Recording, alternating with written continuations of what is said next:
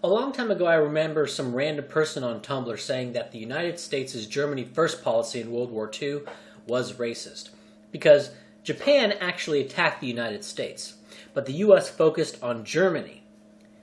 And this was because, apparently, the U.S. was more interested in saving Europeans from Hitler than in saving Asians from Japan. But what if the U.S. did the opposite? What if the U.S. focused on Japan first? How would that be called racist? Well, easily. They would say, see, even though Germany was clearly the bigger threat, the United States was so galled by a non-European military power that they focused on Japan first. So no matter what the U.S. did in that situation, it would be racist, or at least portrayed as racist later on. What are some other examples like this? That no matter what the white person does, it's racist. Well, I came up with 9 other examples. So example number 2. Doing business with Robert Mugabe. If a white country does business with Robert Mugabe, the ruler of Zimbabwe, well, they just don't care how much of a brutal dictator Mugabe is to the people of Zimbabwe. They just want to make a quick buck and don't care what impact it has on the black people of Zimbabwe. But if they don't do business with Mugabe, well, clearly they are anti-black, unwilling to deal with an openly and proudly black nation. 3. Embracing some non-European culture.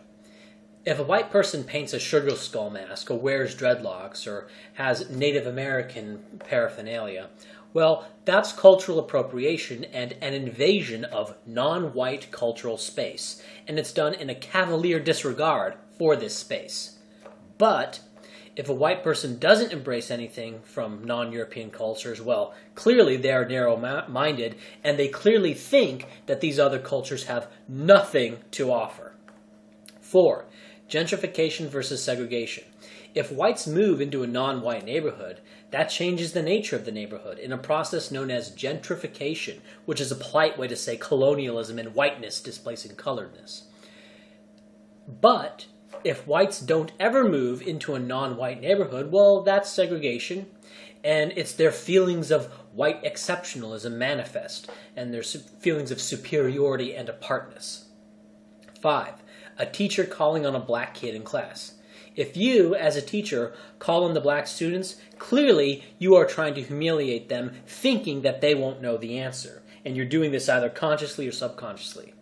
But if you don't ever call on the black students, or rarely call on them, clearly you don't think their point of view is worth hearing, or you don't think that they know the answer, and you probably wish they weren't even there at all. 6.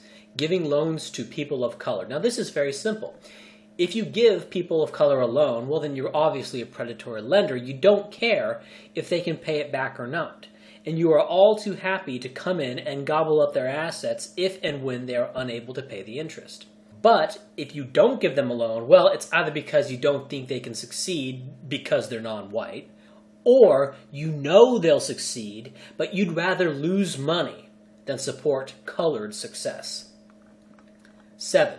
Buying from black stores.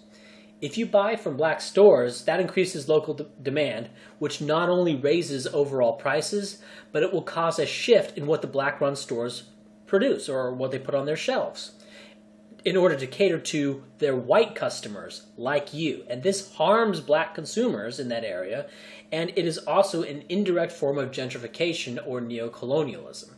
However, if you don't buy from the black stores, well, then you probably have something against black stores and are against interacting with and being around black people.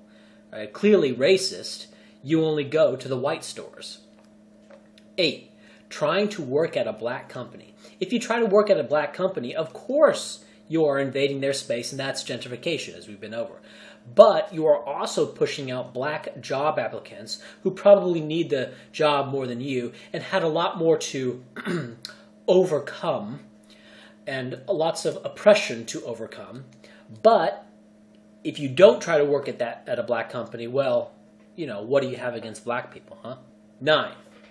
Choosing to do a school presentation on an African culture. If you choose to do a presentation on an African culture, well, first off, that's cultural appropriation. And It's you having this colonial attitude that these people need Europeans to come in and explain their culture to everyone. For Europeans to document it. That is the only proper way for it to be documented. For a European, a white person like you, to do it.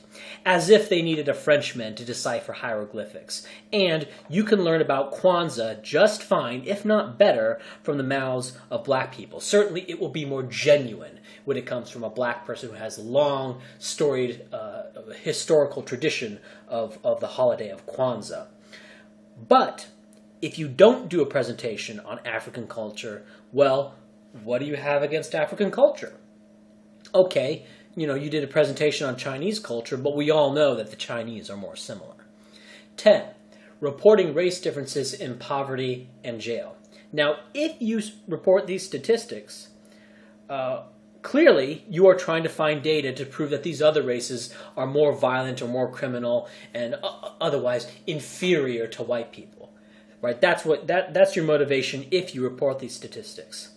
But if you try to hide these statistics and not report them, well, why are you trying to sweep the damage of white supremacy under the rug? So there you go. 10 situations in which, if you're white, you're racist no matter what you do.